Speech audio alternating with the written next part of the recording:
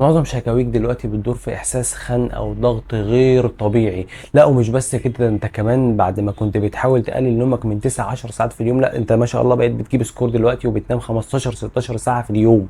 انا بقى هعرفك باذن الله شويه حاجات لو عملتها، ده انت مش بس احتمال كبير تجيب مجموع في اخر السنه، ده انت ممكن تطلع باذن الله من اوائل الجمهوريه ان ما طلعتش الاول على الجمهوريه. الحقيقه من اهميه الكلام اللي انا جاي اقوله لك النهارده مش هقول لك اي مقدمات، انت بكل بساطه النهارده ودلوقتي ومن اللحظه دي لحد ما تسلم اخر ورقه امتحان ليك في ثانويه عموما، انت 99% من الفتره دي هي علاقتك مع ربنا. دي بصراحة كده يا عم زياد يعني باظت من بعد رمضان، يعني عشان ما اخبيش عليك. لا ما انا جاي النهارده اقول لك ان ده انسب وقت تصلح فيه علاقتك مع ربنا. من كام شهر لما كنت قدك كان في آية ما بتفارقش لساني. أَمَّن يُجِيبُ الْمُضْطَرَّ إِذَا دَعَاهُ أَمَّن يُجِيبُ الْمُضْطَرَّ إِذَا دَعَاهُ وَيَكْشِفُ السُّوءَ وَيَجْعَلُكُمْ خُلَفَاءَ الْأَرْضِ أإله مع الله أإله مع الله قليلا ما تذكرون. اهلا وسهلا حضرتك في الفترة دي، ولحد ما تسلم برضو اخر ورقة امتحانات ولحد ما النتيجة تظهر انت حضرتك في حكم المضطر. يعني ما فيش مضطر ما بيدعيش، لا وبيدعي بيقين غير طبيعي. الشيوخ والعلماء يسموه دعاء الغريق. الشخص لما بيجي يغرق بيبقى خلاص هو بيدعي وما فيش اي سبل تانية موجودة قدامه، بيكون بيدعي ومصدق بكل قلبه في كل ذرة بيدعي فيها ربنا سبحانه وتعالى انه ينقذه من الحاجة اللي هو فيها. يا عم زياد انت بتهزر، بقول لك العلاقه بايظه من بعد رمضان تقول لي ادعي؟ جرب كده في يوم من الايام وانت ما عندكش رصيد في موبايلك تمسك الموبايل وتفتح اتصالات الطوارئ وتكتب واحد اتنين تلاته، هتلاقي موبايلك اتصل. حتى لو انت مستلف من الشركه 100 جنيه مش فارقه، هتلاقي برضو موبايلك اتصل. ولله المثل الاعلى. يعني البشر في حالات الطوارئ حطوا لا ده في طريق هتوصل بيه، يعني هتوصل لانك تتصل. فبالك بقى بربنا سبحانه وتعالى، يعني مش هيحط لينا حالات طوارئ ندعي فيها حتى ولو كنا بعيد جدا عنه سبحانه وتعالى من فترة كبيرة. لسه متذكر لما كان المستر بتاعي بيقول في الوقت ده انت في حاجتين ما بيجلوش ابدا، وبالذات في الوقت ده، وكان بيقول ان الكلام ده بعد خبرة سنين عرفها مع طلبة تالتة ثانوي ومع في حياته عموما. الاولى منهم هي انك لازم يكون بينك وبين ربنا سر، بحيث انك لما تيجي تقع في اي زنقة تقول يا رب بحق الحاجة دي انقذني من اللي انا فيه، انقذني من الكارثة اللي انا داخل فيها. وساعتها قال والله انت كأن حاجة بتشيلك كده، كأن حاجة بتشيلك وديك تحل لك الموضوع كأنه ما حصلش. الحقيقة بقى أنا مش هضرب لك كمية الأمثال اللي هو قالها ليه، لأن وقتي وقتك ما يسمحوش بكده. بس هقول لك مثال واقعي حصل معايا أنا شخصيا في حد أنا أعرفه. أخويا الصغير محمد في إعدادي وكان جاي في يوم من امتحانات الترم الأول. المهم كان يومها امتحان علوم، فبسأله بقول له يا محمد كده هو أنت عملت إيه في الامتحان ده؟ قال لي والله بص يا زياد أنا عكيت خالص، يعني الامتحان كان زي الزفت أنا ما كنتش عارف أحل فيه حاجة. قلت له طب خلاص سيبك منه وركز في الماده اللي بعدها. المهم يوم النتيجه يظهر ونلاقي محمد مقفل علوم. قلت تعالى يا محمد كده، هو انت ازاي عملت كده؟ يعني انت مش بتقول لي انك كنت عاكس؟ قال لي بص انا اصلا ما كنت مالف كلام، انا ما اعرفش انا كتبت ايه من كتر ما أنا ما كنتش عارف في حاجه في الامتحان من كتر صعوبته. قال لي بس انا عملت حاجه كده، ان انا وانا جاي كان في الراجل الفلاني اللي بيقعد قدام السوبر ماركت ده، اديته 5 جنيه وقلت له بص ادعي لي ان انا يقفل علوم او اجيب فيه درجه حلوه. وما قلتش لاي حد على الكلام ده. ومن موقعي هذا يا برنس بدعوك ان احنا وانت كل واحد فينا يخلي ما بين ربنا سر، وافضل سر تخليه زي ما بيقولوا العلماء هي انك لو ضاقت بيك الدنيا ساعد حد انت ما تعرفوش عشان تبقى خلاص لربنا سبحانه وتعالى، وما يبقاش فيها ايه مدح وما بين الناس والناس تعرف والواد ده كريم وبتاع، لا انت هيبقى بينك وبين ربنا سر.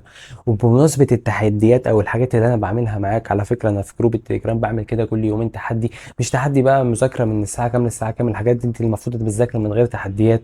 انا بعمل معاك تحدي هيفرق معاك، مثلا نقفل الموبايل يوم كامل. كل الكلام ده هتلاقيه فين؟ في قناه التليجرام، هسيب لك اللينك بتاعها تحت في الديسكريبشن. اما الحقيقه بقى بالنسبه للحاجه التانيه فهو كان قال ان هي رضا والدك ووالدتك، وقلب النص كده انا مشوفتش حد ناجح في حياته الا وكان ابوه وامه راضيين عنه.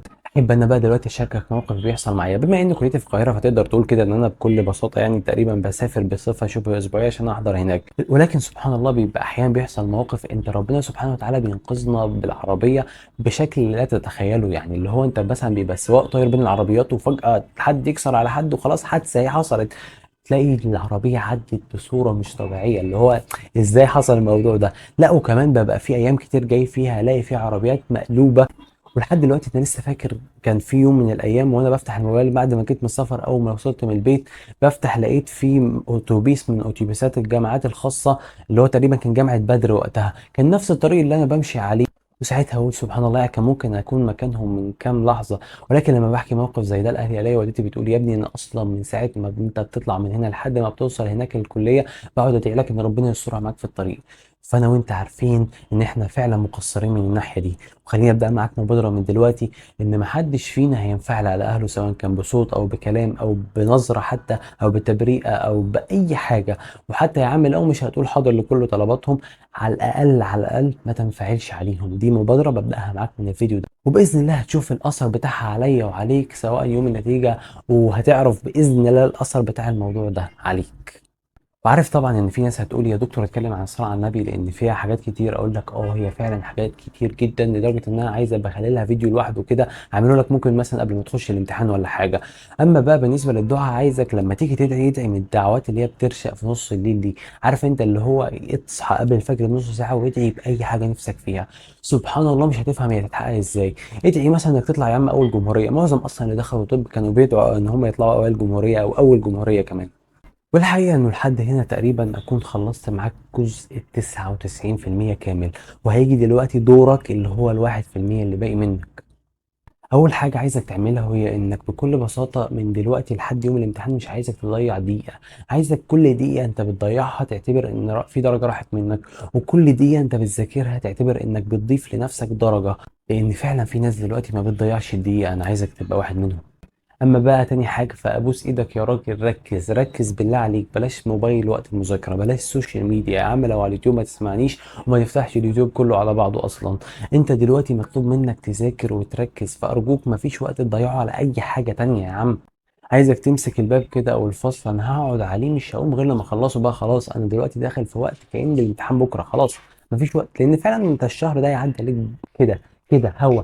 فانت اوعى تضيع لحظة في سوشيال ميديا او في موبايل او في اي حاجة تشتتك عن المذاكرة عموما. تالت حاجة بقى عايز اطلبها منك وارجوك تنفذها هي انك تبدأ تحل شوامل دلوقتي في اي مادة انت خلصتها. سمعتني؟ اي مادة انت خلصتها حتى لو ما بدأتش المراجعة بتاعتها انا عايزك تمسك الشامل كده وتحله. ليه بقى؟ لان الشوامل اللي في الاول دي هي مش مطلوب منها انك تجيب فيها درجة حلوة. الشوامل اللي في الاول مطلوب منها انك بكل بساطة بتضيع من دماغك هيبة الامتحان. تعود عقلك ان انت هتحل حاجة زي دي في اخر السنة بس مش اكتر. عايزك كل يوم تاخد شامل او اتنين بالكتير قوي. دول زي ما قلت لك كده انت بتضيع بيهم هيبة الامتحان من دماغك ومن قلبك ومن نفسك لحد ما توصل ان شاء الله الفترة بتاعت حل الشوامل بس. ولو انت ما تعرفش الفترة دي فانا سايب لك الفيديو اللي شارح فيه الكلام ده كله تحت في الديسكربشن. وبالنسبة للنوم فانا عملت عليه فيديوهين وصدقني يعني ما اعتقدش ان ممكن حد يقول لك اي حاجة عن النوم زيادة عن الفيديوهين دول. هسيب لك برضو اللينك بتاعهم تحت في الديسكربشن. في النهاية حابب أقول لك ساعد غيرك وابعت له الفيديو ده عشان برضه هتبقى داخلة بإذن الله من ال99% اللي أنت بتعملهم مع ربنا سبحانه وتعالى. ابعت الكلام ده لصاحبك أو حتى أصحابك كلهم يا عم. أشوفك في فيديو جديد. مع السلامة.